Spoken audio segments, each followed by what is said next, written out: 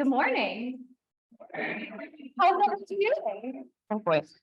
Oh boy. Oh, Jill's struggling a little bit, so I won't ask her. Okay, I'm gonna push this over just a little bit. Beautiful. Depth. Okay. Anyone, let me take you all in. I was getting a little tripped up on the microphone. I would love to hear before we get into it, I would love to hear what you all do. Can you shout out at us? What do you do for a living? Hairstylist. I have a student. Yeah. Great. Cool. Teacher. Couple of teachers in the room. Teacher. Tech community manager. Amazing. I love that. How many of you participated in Design Week this week? Okay, so what does that mean? We are not designers. Maybe we design our own life, but what does design? What did this week mean to you, or how did it kind of coincide with what you do for work? Anybody? Bueller? Yes. So Design Week, I think it was a good opportunity to bring those together. So the hairstylists, the tech, the web, the graphic designers, try to be more consistent about product design. Very cool. Okay.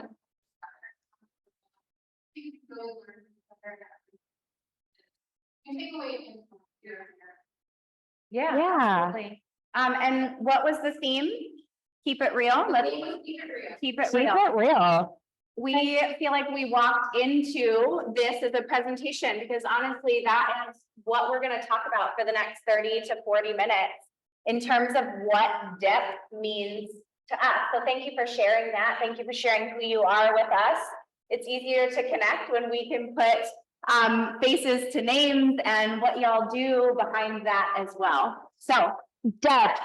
When we got told we were speaking on depth, immediately we turned to this definition: a part that is far from the outside or surface.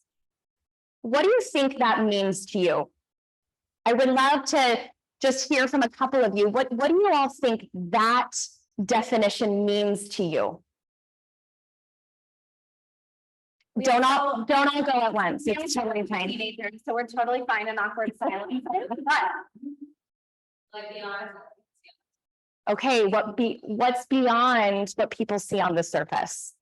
Yeah. There's a lot of different facets to us, right? You're not just a hairstylist, you're a great friend, a daughter, maybe a sister, right? There's a lot of dimensions to who we are as people. And sometimes we wear different hats in different situations, but what we like to teach the girls we work with anyway is to work on meshing those things so our personal brand can feel very congruent regardless of where we're going, regardless of who we're with or what situation we're in. I just felt like this picture, described all the different facets of this wonderful woman's personality. Exactly. So, Laura, we already said it. Hi, my name's Mary. This is Jill. Some people call me Jill and call her Mary. We'll realistically answer to either one. We are speakers, podcast hosts. We own a company called Girls Mentorship. We teach life and personal development skills to teen and tween girls, which you might be thinking, I am not a teen girl. What am I doing here? What we found is that what we teach also corresponds well with parents, teachers, administration, coaches, and adults, because it's the basic human needs of how to show up. And we're also social emotional learning experts. So I'll kick it to Jill to share a little bit more about what that means. I feel like this has been a buzzword lately in education. Have you all ever heard of the term social emotional learning, or SEL for short? Can you guys give me a hand raise? Lock the elbow. Okay, Jill. 1, 2, I saw one over here, 3. Okay. Okay. We want to bring this visual into this conversation because we want to share why it's relevant to the word depth. Social emotional learning is composed of 5 competencies. And I want you to think about yourself being in this center circle. So yourself is that white circle. And then the components that make up social emotional learning is self-awareness. So how aware you are of your thoughts, your behaviors, your words. Self-management. So how you're managing yourself in certain situations. Responsible decision-making, relationship skills, and my favorite, social awareness. We just got home from another speaking engagement in Wisconsin. And if you want to like go to an airport and just people watch, my goodness, the lack of social awareness happens at the airport. We were like, wow, this is a really great, fascinating study. So why this is important in the work that we do and why we're bringing it to your attention today, why we want to talk about it is because when we all can own how we show up in these 5 competencies, it's a ripple effect. So it not only affects you, it then affects your family or your friends, and then it affects schools and your communities. So the more that we can show up in self-awareness, in these 5 competencies, the greater the impact that we're going to have not only in our community, but the children that we work with. And it's kind of like a building block. We start with self-awareness. That is the foundation of where we start with our girls, because if you don't realize how you are showing up, then you really can't focus on the other 4 competencies and have them be congruent with one another. So just a little fun fact about self-awareness, only about 12% of people have a true sense of self-awareness. That means 88% of people walking around completely unaware or unaware that they're unaware, that they're not self-aware. And I'm sure. I'm definitely self-aware.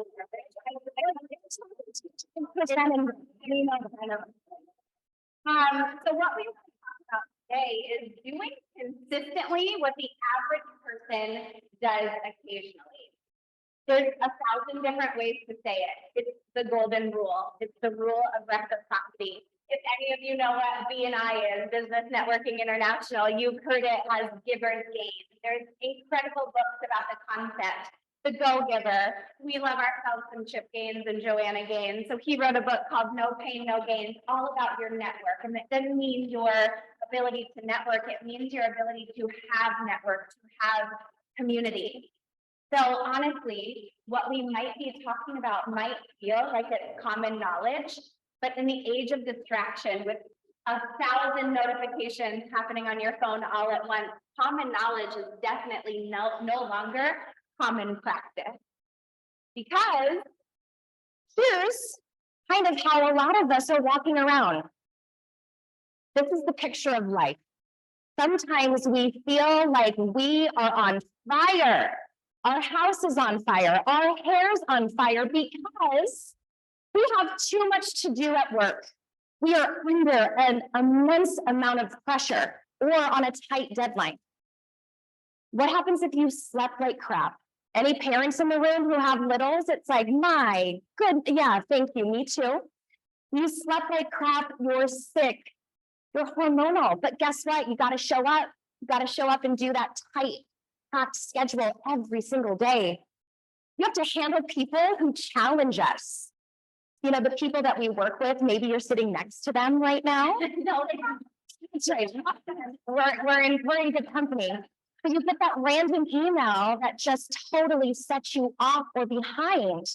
People who are constantly challenging us to get us in that state of overwhelm or stress or anxiety. And then last but not least, we have to figure out dinner. God forbid you made it to the gym or you did a little self-care. Again, if your parents, love when your kids are like, hey, I got a presentation that's due tomorrow and it's 8 o'clock at night. Or you have to figure out how you're getting them from point A to point B to homework to bed. How many of you sometimes feel like this is what your life looks like? All right, thanks for the 5 of you for raising your hands. The rest of you, sometimes we feel like this, and us too. We're not standing up here saying that we're perfect people. There's no such thing as perfection. What we want to encourage is for you to look at areas in your life and say, where can I progress more? So that I don't feel like I'm walking around unaware that I'm unaware that I'm unaware. We want you to be that 88%, not the 12%. Nope, other way around. We want you to be the 12%. Oh, excuse me, we want you to be 88%. The 88%.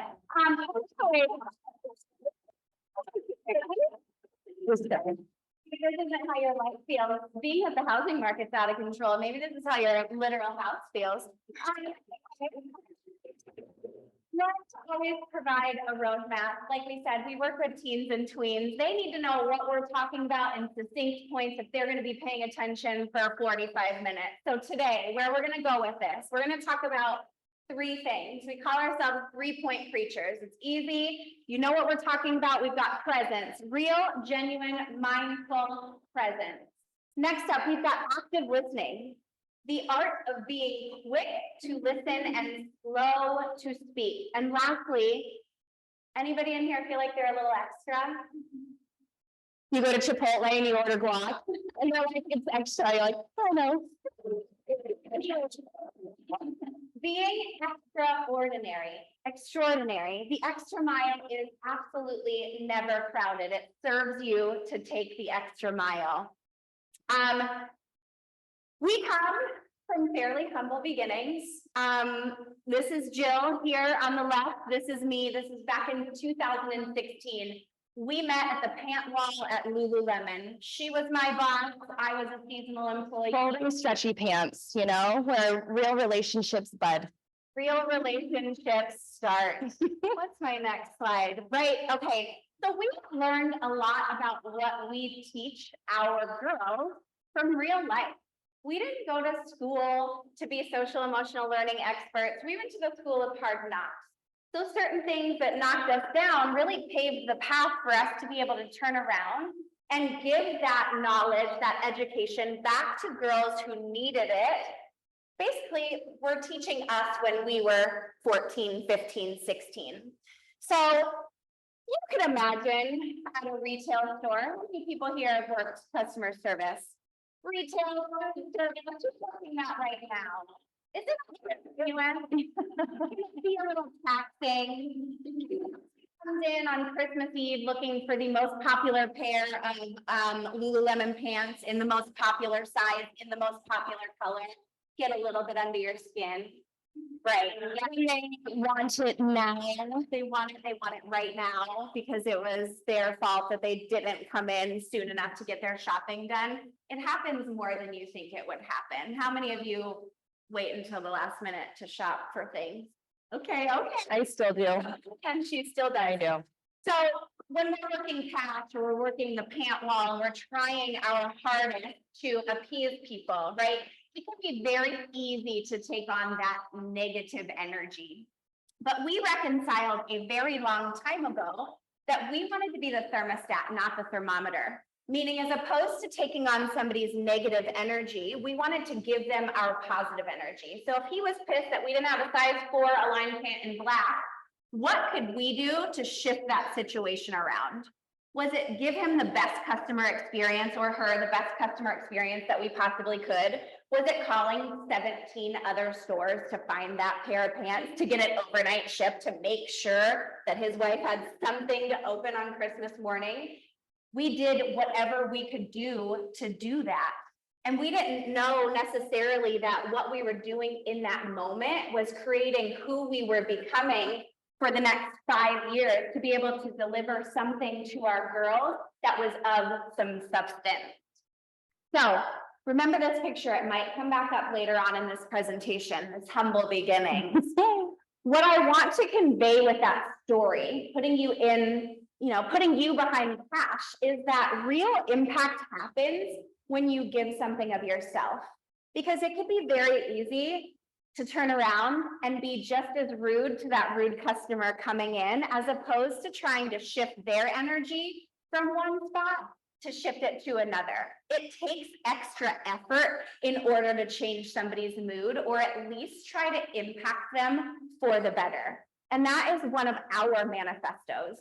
we want to try to leave everyone that we come in contact with on a daily basis better than we found them. Because it's very easy to go home and talk to your spouse or your friends about that one negative experience that ruined your day, right? It's a lot harder to pull the positivity out of it. And that's neurological. It takes about 2 to 3 seconds for a negative experience to stick with us, whereas it takes about 20 to 25 seconds for positivity to really seep in and for us to feel that. Let's talk about presence. So the 3 points that we want to talk about around depth, right? Going deep quickly. So not working on how our exterior looks, our outward appearance. We're talking about the things that people can't see. So your character, your substance, and where you can really practice this in developing or looking at your relationships and figuring out, man, how do I make them more meaningful? It's through presence. So presence, you need to choose to be intentionally present. A lot of times our to-do list gets in the way of us talking to people. How many of you introduce yourself to someone and then you walk away and you're like, what was their name? Yeah, right? All the time, because you're like, oh my gosh, I'm so nervous. My hands are sweaty and like, you know, and then you walk away and you're like, damn, what? I don't even remember that person's name.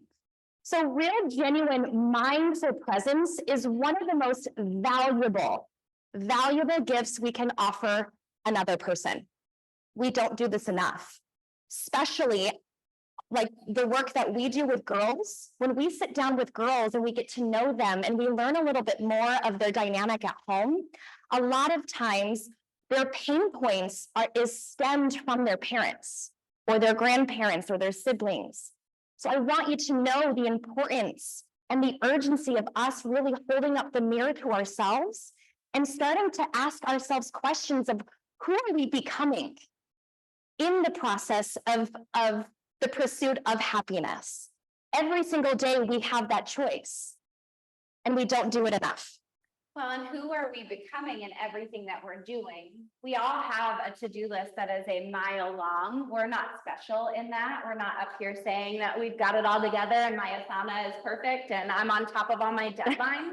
But that should never stop you from being present with somebody else, because you have no idea what anyone else is walking through. And that 2-minute interaction, that 5-second interaction could totally make their day without you even realizing it, right? We said we just got back from Milwaukee. We were having breakfast at the hotel one morning and we sat down, and it took about 10 minutes for us to get sat. It took about another 5 minutes for us to get a menu and some water. And by the time we did, the waitress came over and her hair was on fire. That picture of like, her hair was literally on fire. It was her, like, she was like, the other waiter called me and I was like, this is my question. And we were like, no, hey, it's okay. I started fanning her with my menu. She was like, oh my God, thank you so much. I was like, we'll pretend to order. Do you just like, what can we be for you in this moment? Can we just be a big deep breath for you to stop and take that breath and take 2 seconds for yourself to like gather yourself? So naturally she was like bebopping back to our table every opportunity that she could, because like we said, we want to leave people better than we found them. The table that sat down about 10 minutes after us was polar opposite. They were like triple, axle, double, platinum, gold-plated, bronze members of the hotel. And they were like, this is unacceptable. I would like to talk to your manager. And Jill and I looked at each other and we were like, ooh, been there. We've been the manager to come along and talk. And they were just so unaware and not present with this woman who was literally running around like her hair was on fire. Could they have taken 2 seconds to realize that she was in a bit of a bind rather than putting their needs way before hers? Absolutely, they could have done that. And she probably would have treated them a little bit better than she actually treated them. Their interaction was very cold, whereas our interaction was a lot more warm, and we left feeling good. We left feeling extra good, honestly, because she came up to us and instead of giving us the bill for breakfast, she said, thank you. Thank you for being so kind in a moment where I needed the kindness. Breakfast is on me. Right? So the way you show up for somebody else, giving something without expectation, you wind up getting more on the back end than you bargained for. And that's not going to happen every time. I'm not saying go be nice to people to get something. Our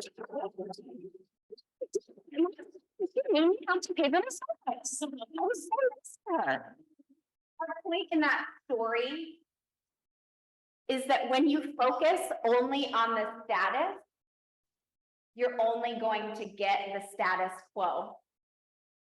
And I know just by looking at all of you, we're not status quo people. You chose to come here at 9 a.m. on a Friday morning. You chose not to turn around when you couldn't find parking out front. You chose to walk across that street that was real busy instead of saying, you know what, I'm gonna go home, this isn't for me, right? So we know that you're not just focused on the status quo. Number two. With listening. This one is so challenging for me. I have to practice it constantly. Be quick to listen and slow to speak. Seeking first to understand instead to be understood will create a safe environment for the other person to feel seen, heard, and valued. That's so important. If you're walking away from anything on this slide, it's making sure every single person that you're present with is seen, heard, and valued. And a lot of times, what you have to practice is listening. So we like to say there's an 80-20 principle. 80% of the time, you're listening, and 20% of the time, you're speaking. That's when you really get to be with people, and you really get to kind of meet them where they are and peel back the layers. It's not, right, that surface. We're not talking about surface. That wasn't our word today. We're talking about depth. And when you can really be a space for people and ask questions, they want to talk. They want to get to know you. And that's where those connections build. And guess what? In moments where you need people, you can always lean on your network. You can always lean on those connections because you're going to leave people better than how you found them. Quick question. Who's not listening to us right now? Who has the monkey mind? Is this going on in your brain as we're talking? Like the Charlie Brown, wah, wah, wah, wah. We're just bringing you back because the next slide, we're not just going to say this to you and not give you a couple of tools to go out and implement it in your life, right? If you are going to practice active listening and you feel like you're not good at it, Jill dropped the who remembers names. I don't. I was a waitress for a really long time. I remember drink orders, but never names. That was difficult. So listening is a conscious activity based on 3 skills, right? You've got to have attitude, attention, and the ability to adjust. But there's a caveat in these 3 things. You have to be able to do them coming from a place of absolutely nothing. What do I mean by that?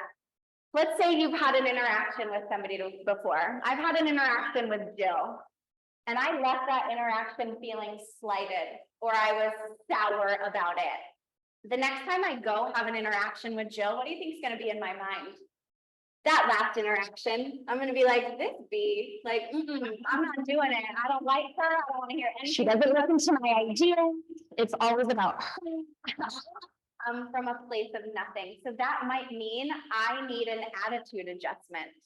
I might need to come in here just leaving my baggage at the door and give Jill a fresh slate, because the interaction that we have the second, third, or fourth time around might be completely different from all of the others. Again, I have no idea what she's walking through to come into a space with me that left me feeling slighted, but I'm going to give her the benefit of the doubt and make an attitude adjustment.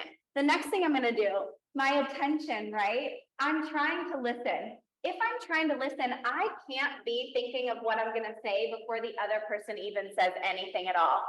We see this a lot with parents and teens. If some of you are married or in relationships, you probably do it with your spouses, right? Like you're mad and it's And you're like, I have the perfect response. Just finish. I'm ready. I'm coach. I'm coming in hot. Right, big guns, yeah. Be able to stop our monkey mind from going so we can actively listen to what the other person is saying. Because a lot of the goodness that's coming out of people's mouths, we're missing. We're missing the connection. We're missing the ability to create deep connections with other people based on what we want to say that's already going through our mind. And that last A is just being able to make that adjustment. If you are practicing your self-awareness, if you're like, shoot, I'm definitely part of that 88%, you get to practice in the moment. This is all a practice. No one is going to ever perfect it, but you have every single opportunity to practice making those adjustments in order to be better. Lastly, Our last, extraordinary or extraordinary. The extra mile is never, and that is bold. I wish we would have like capitalized it. It's never crowded. How do you elevate what you're already doing better?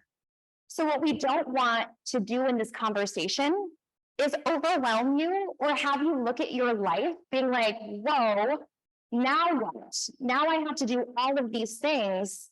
We're not asking you to add anything else to your plate. We know what your life looks like. There was a few of you who raised your hands that your life feels like, whoa, a little bit hairy. What we're asking you to look at is, what are you already doing in your life? And just do it better. What does your relationship look like with your kids? Do it better. You going and ordering a salad from Salad and Go. Who loves Salad and Go? Okay, good. Yes. Right? And they're like, hi, welcome to Salad and Go. And then the other person, like, you're like, wait, I heard that name. And then there's a new voice. And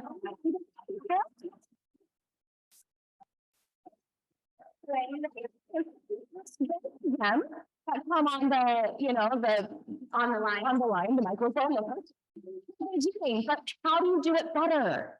Your spouse, the neighbor next door, right? Like, look at all of the people in your life.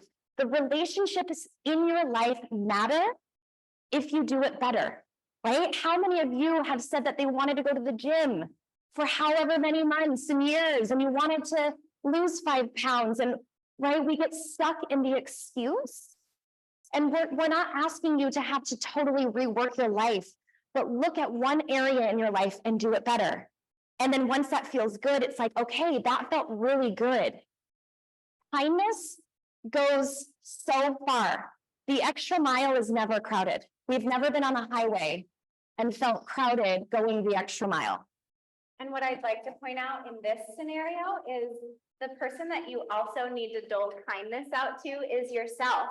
Because your competition is not the other graphic designer, it's not the other hairstylist, it's not the other insert whatever career you have here, it's yourself. We're challenging you to be a better person than you were yesterday, because when you start to become a better person, it's a ripple effect. We see it with girls all the time. When that light bulb goes off and she's like, you mean I don't have to succumb to being bullied? I can speak up for myself. I mean, her head just comes out of the water. If we're talking about depth, it's one of the coolest moments that we get to be a part of in terms of the work we do. And when her head comes out of the water, do you think she's gonna let her best friend get bullied? She's gonna be like, not on my watch, honey, let's go. We're standing up for ourselves now, right? She finally gets to establish boundaries. She gets to establish values. So when you focus on what you're doing and you're able to elevate those things, you elevate everyone else within your circle of control. I said it. Remember that? Remember those little cuties in 2016? We had no idea when we were working at a retail store that we would be speaking in front of you today. We had no idea. So what we want to say in that, maybe you aren't standing in front of a room speaking to all of these awesome creatives. Maybe this season of your life, you're developing who you are. So Mary and I working retail was one of the greatest gifts that we ever got to give ourselves, because we were refining who we were. We were dealing with people. We were dealing with awesome people and tough people and teams and hiring and firing.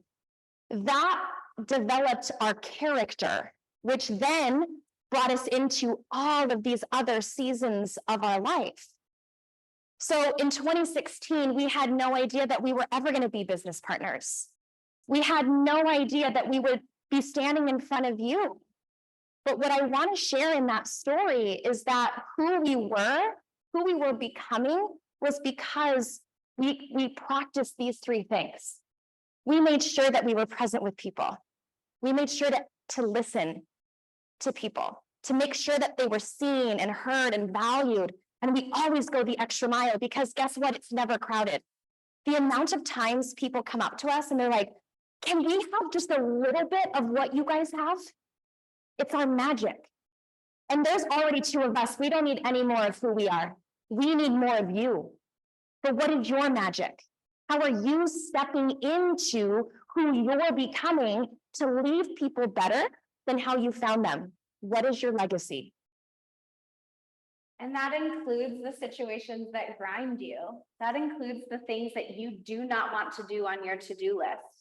It's fun to think of all the cool things we're accomplishing, but damn, we have spent 2 years grinding to create this business only to realize what Jill just said, that the 5, 6, 7, 30 years before that, we were practicing exactly who we got to be in this moment by implementing those 3 things in order to create more depth with the people around us. I don't know about any of you, but it's not like I love to start my conversations with, God, it's hot in Phoenix. Like, you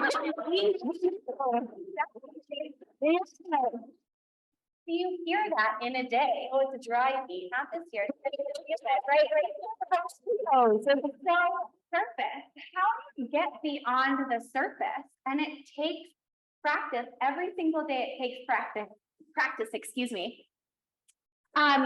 This slide is always really fun to throw in at the end because this person, who this person is, has no idea who we are, has never met us. We've never met her. However, the people we are in front of you here today are the exact same people we are online, and that's energy. That's us giving those 3 things to everyone in our sphere, right? So this woman reached out to us. She said, hello, hi there. I work for a show on A&E and I'm looking for some potential scholarship mentorship for 2 teenage girls of a drug-addicted mother. I'd love to have a conversation to see if your services might be a match for these 2 girls who have had a rough life. I'd love to talk later today. She didn't answer her phone, by the way, but that's quite all right. Jill always jokes that if I were to leave girls mentorship, I'd go work for the FBI because I love sleuthing. Who else here loves sleuthing? Yeah. Yeah, we check out different cousins from like 5 years ago because we love sleuthing. So I popped on LinkedIn, I typed in her name, and she just happened to be the executive producer for a little show on A&E called Intervention. We don't have a deal with A&E yet. However, it's cool to know that exercising these 3 principles, just these basic, what a lot of people are like common knowledge, right? Not common practice, led us to having a conversation like the one behind us. And if you have any doubts that we're not teenage girls at heart, I mean, this is the conversation that we have in terms of our text message thread. It's like, whoa, we had zero idea that these things would be coming to fruition just by going the extra mile, right? So our challenge to you is to look at those things and all of your doing, who are you becoming? Where can you be more present? Are you an active listener? Because somebody from A&E might be reaching out to you at some point in time. And then finally, this quote is one of our favorites, because again, even on your highest of highs, eventually you're going to come back down. It's the beautiful ebbs and flow of life. So be nice to everyone you pass on your way up. You might just have to pass them on the way down. Right? So the triple axle titanium sapphire member, we were like, oh, baby, we cannot wait when that isn't like your status anymore. And you're going to have to do this. You know, you're not to pass on the way down. That was the section. It is the same group. We were like, whoa, man. And it wouldn't be a conversation about death without a little Adele. I don't think you can. No, rolling in the deep. Rolling in the deep.